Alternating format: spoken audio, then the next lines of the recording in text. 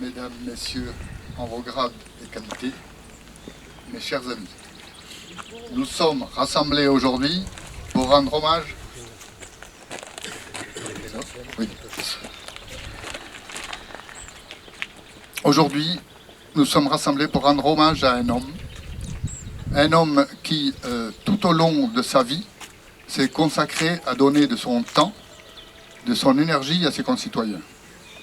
Cet homme, c'est le docteur Pierre Chouc, que j'ai connu en 1972 lors de la création d'un comité qui allait accueillir plus tard 4 familles de harkis sur la commune de Mourins, en provenance du camp de Bias, que j'appellerais le camp de la honte, situé dans le département du Lot-et-Garonne.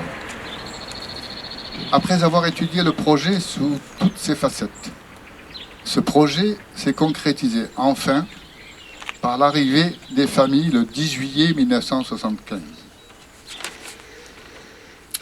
Mes remerciements encore une fois à Pierre Chouc pour son dévouement, à sa collaboratrice Madame Urquilla, à Monsieur Jean Giorgi, représenté par sa veuve, à Monsieur Laurens, son représentant s'étant excusé ces derniers jours, à Monsieur Pérez, représenté par son petit-fils Olivier Coustala, et toutes les autres personnes dont j'ai oublié les noms, qu'ils me pardonnent.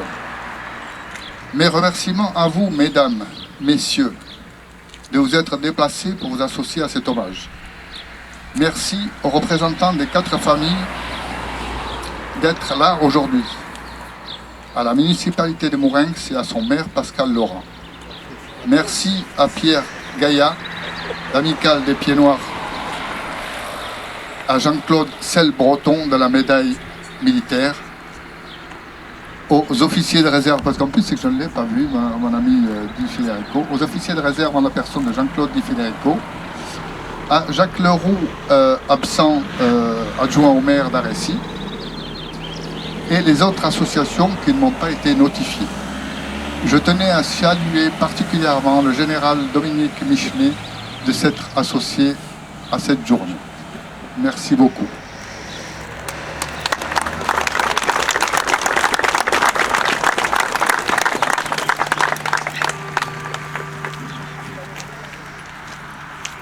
L'inauguration d'une plaque au nom du docteur Pierre Chouc a une valeur symbolique, car la plaque évoque, dès le premier regard, un ancrage. Ancrage dans l'espace, assurément. Le sol mourinxois a permis une prise de racines à ce déraciné qui a arpenté jour et nuit les rues de Mourins et des environs pour prodiguer des soins. Après le déracinement de 1962, à l'âge de 31 ans, une première transplantation en terre béarnaise avait eu lieu à Monin, dans les suites du décès tragique d'un médecin surélevé dans les Pyrénées. Le docteur Chouc y gardera des amitiés indéfectibles. Cependant, les rigueurs de l'hiver 62-63 et la présence de nombreux pieds noirs à Mourins, la Blanche, le conduisent en 1963 à s'implanter place Pierre et Marie Curie, où il exercera pendant 30 ans, et le temps permit l'enracinement. Et l'enracinement permit au docteur Chouc de se tourner vers ceux à qui le droit de prendre racine avait été refusé, enfermés dans des camps honteux. C'est ainsi que, formé avec quelques amis, notamment messieurs et mesdames Giorgi, Galliana, Gaïa et Caparros, une association travailla en 1975 à l'installation de familles de harkis en terre mourinxoise.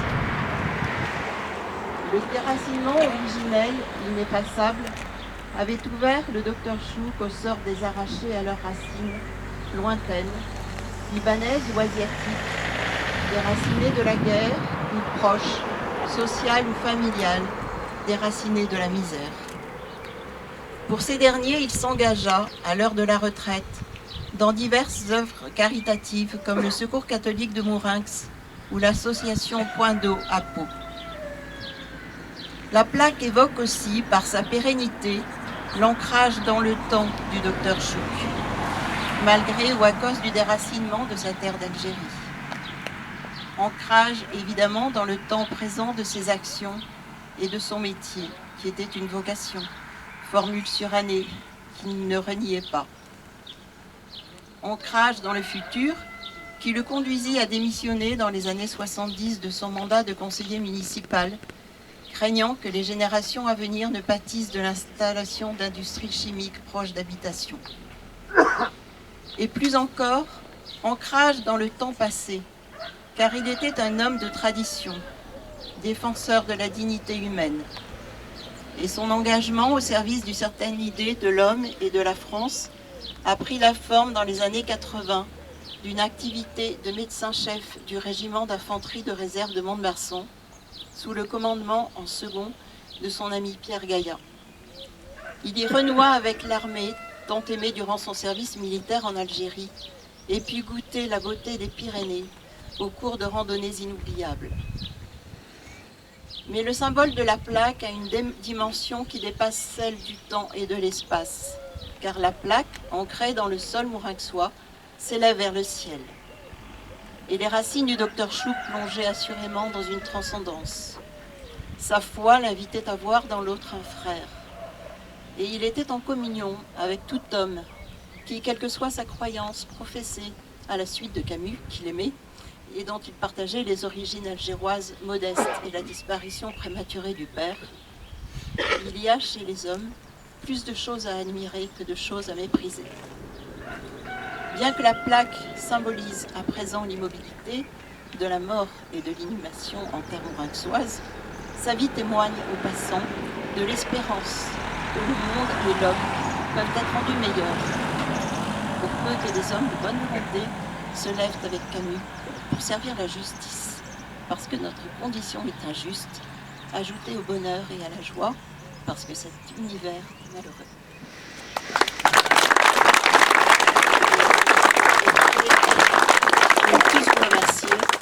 Remercier bien sûr l'association des Harkis qui est à l'initiative de cette cérémonie et remercier monsieur le maire d'avoir accepté cette demande favorablement et de pérenniser ainsi la présence de notre père dans cette ville. Merci.